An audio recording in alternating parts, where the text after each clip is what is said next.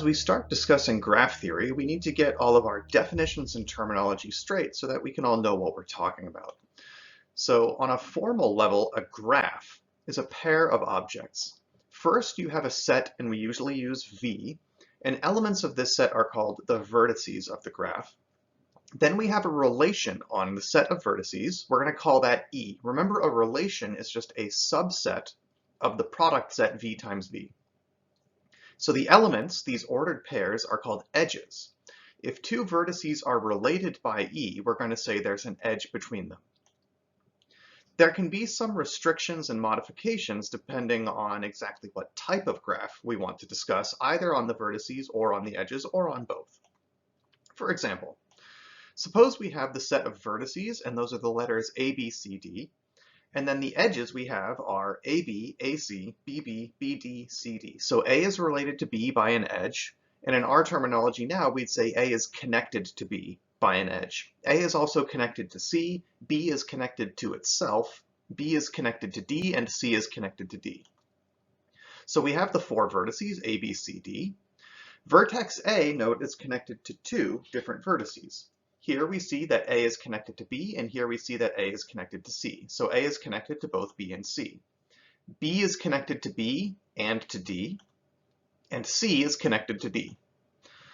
So many proofs on how to establish things about graphs rely on this level of formalism, but we're just going to be going over an introduction to graph theory. So rather than use this formal definition as a pair of sets of vertices and edges, we're going to rely most of the time on an intuitive and visual representation of graphs.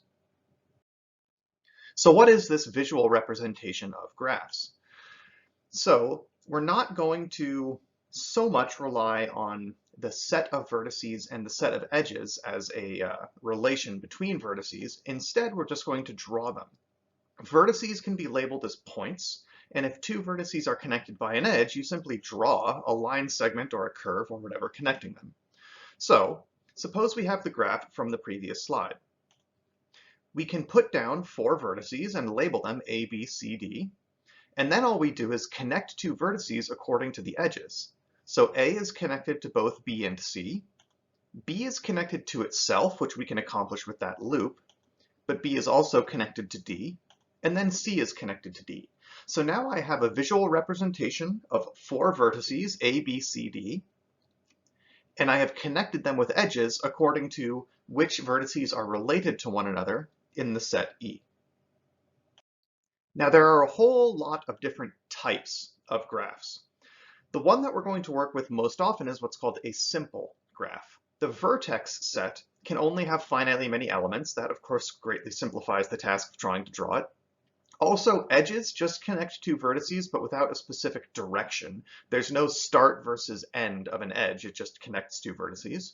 And you're not allowed to connect two vertices with more than one edge. Two vertices do not have to be connected, but if they are, there's only one edge connecting them. That's a simple graph, and it's the most common one. A directed graph, however, does distinguish between an edge that starts at A and ends at B versus an edge that starts at B and ends at A. When you draw a directed graph, in order to distinguish the start versus the end of a given edge, you simply use an arrow rather than just a line. A multigraph adds the possibility that two vertices could be connected by multiple edges. Now, if you think back to the formal definition where the edge set is a relation on the set of vertices, this can't really be done because you are not allowed to put AB into the edge set more than once. As a set, as a relation, it simply wouldn't be counted if you put it in more than once. There is a way to formally define the ability to connect two vertices with more than one edge. We're not really going to get into it. We're just going to rely on the visual interpretation where you simply draw multiple edges. Okay, a directed multigraph combines the two things above. You're allowed to connect vertices more than once, and also edges have direction attached to them. An infinite graph, in contrast to a simple graph, allows the possibility of either infinitely many vertices or infinitely many edges, or possibly both. A weighted graph. This is an important one. On top of the vertices and the edges, you add a function. This function f to each edge assigns a number. So you simply label each edge with a number, and that's called the weight of the edge. In practice, if vertices represent, for example, locations, and edges are perhaps airline routes between locations, you might label the edge with the cost of the airline ticket. So a weighted graph is frequently used as a way to represent the cost of doing something that connects two vertices. Now, if this set of vertices can be partitioned, so the set of vertices can be split into two sets, A and B, so that vertices from one set can only be connected to vertices from the other. So you can split the vertices into two sets, A and B. So A might connect to B, but a vertex from A never connects to another vertex in A, and a vertex in B never connects to another vertex in B. That's what's called the bipartite graph. Now, the verbal description here is a little tough to get just from the sentence, but we will see examples shortly. A bipartite graph splits the vertices into two sets, and vertices from one set can connect to the other, but not within their own set. And finally, a graph is called complete if any two vertices that are different are connected by an edge. In other words, all possible connections are made. And there's special notation for a complete graph. It's just k sub n. If you have n vertices and you connect them all, you call that k sub n. So let's take a look at examples. Here's an example of a graph which is a directed multigraph. So directed tells me that the edges have to have a direction to them, and multigraph tells me you are allowed to connect two vertices more than once. So here we are.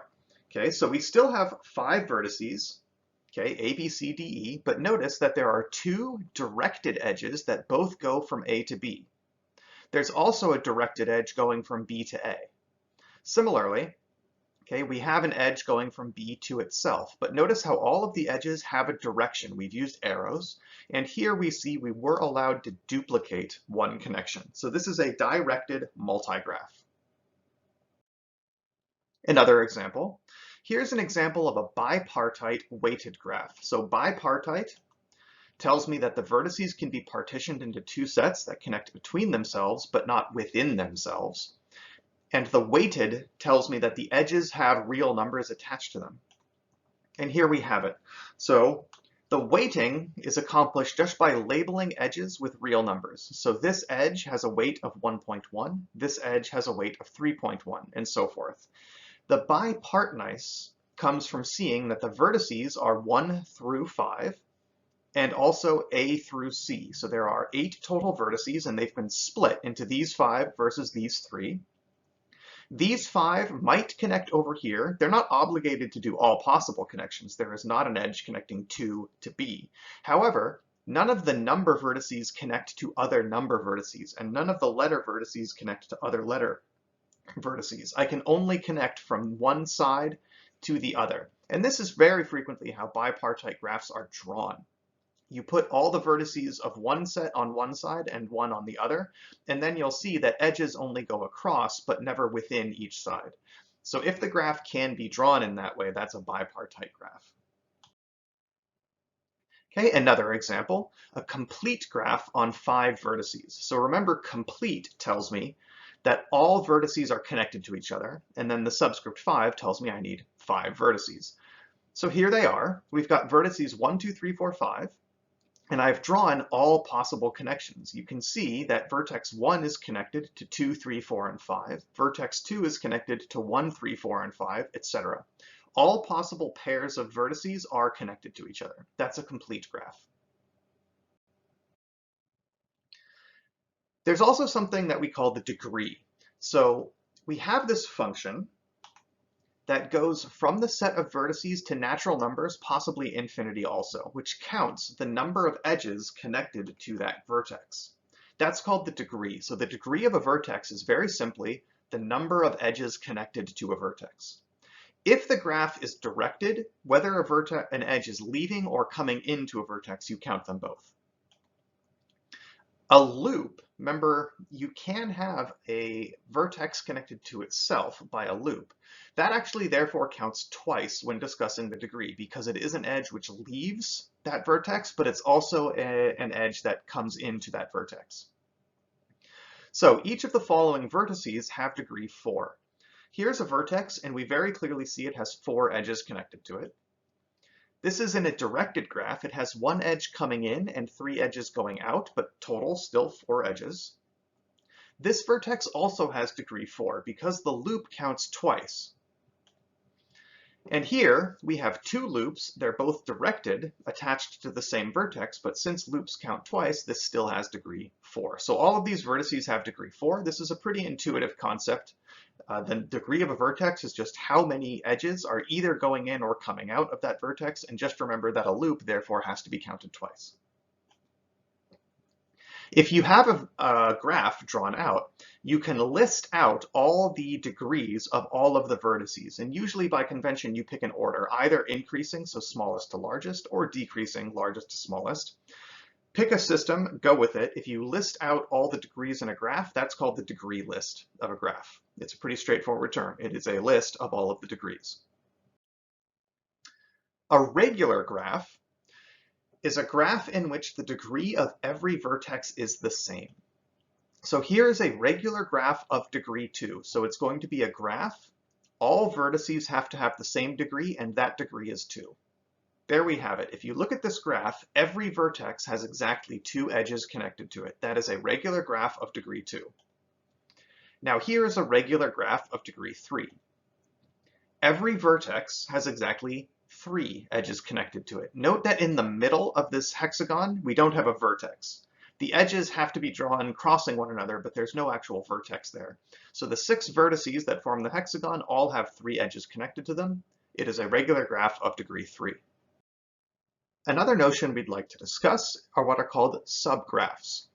If you have a graph and you take a subset of it, and the subset you took is also a graph, that's called a subgraph. The terminology is very straightforward. It is a subset of a graph, which is also a graph. When it comes to vertices, there's no issue. You have a set of vertices to begin with, and you take a subset of that. Possibly all of them, possibly none of them, possibly something in between, but just any subset is fine. When it comes to the edges, some care does need to be taken. Remember, in the original graph, edges connect to vertices. When you take a subset of your edge set, you can only keep an edge if it connects 2 of the vertices you kept. You're not allowed to keep an edge that now connects to a vertex that isn't in your subset. So for example, here is a graph on 6 vertices with a bunch of edges. Okay? This is a legitimate subgraph. Notice we kept the vertices 1, 2, 4, 5, 6, and we kept some, but not all of the edges. However, every edge we kept does connect 2 of the vertices we kept. This is not a subgraph. On a formal level, it is a subset. I kept some of the vertices and I kept some of the edges. However, I now have an edge that doesn't connect to anything. So a subgraph, and this intuitively makes a lot of sense, is just from the graph you began with, keep some of the vertices, keep some of the edges, but it still has to be a legitimate graph. Finally, we want to discuss something called empty graphs. Now, conventions on this matter do actually vary from source to source, but the distinction is not usually so critical. If you have a graph that has no vertices, the vertex set is empty. That's called the null graph. Whereas a graph that has no edges is called an empty graph. The edge set is empty. Note, however, if a graph has no vertices, it cannot possibly have any edges because edges have to connect vertices. So if there's no vertices, there can't be any edges. On the other hand, a graph could have a whole bunch of vertices and you simply don't connect any of them with edges. So therefore, any null graph is also empty. If it has no vertices, if it's null, it must necessarily have no edges. It is empty. But it is possible for a graph to be empty but not null. It's possible to draw a graph with several vertices but no edges. So it is empty but not null. These null or empty graphs usually only pop up as base cases for inductive proofs. For example, if you want to make an inductive claim about graphs based on the number of vertices, your base case might be 0. So you start with a base case of a null graph with 0 vertices. But many of the claims we're going to be making about graphs are actually more specific and they only apply to non-empty graphs. For example, your induction would start with the number of vertices being bigger than or equal to 1, and the null graph wouldn't even be an issue. So we're really only including this terminology for the sake of completeness so that As you get your introduction to graph theory, these words have been introduced to you, but honestly, they're not going to come up very much. Null graphs and empty graphs are not terribly interesting.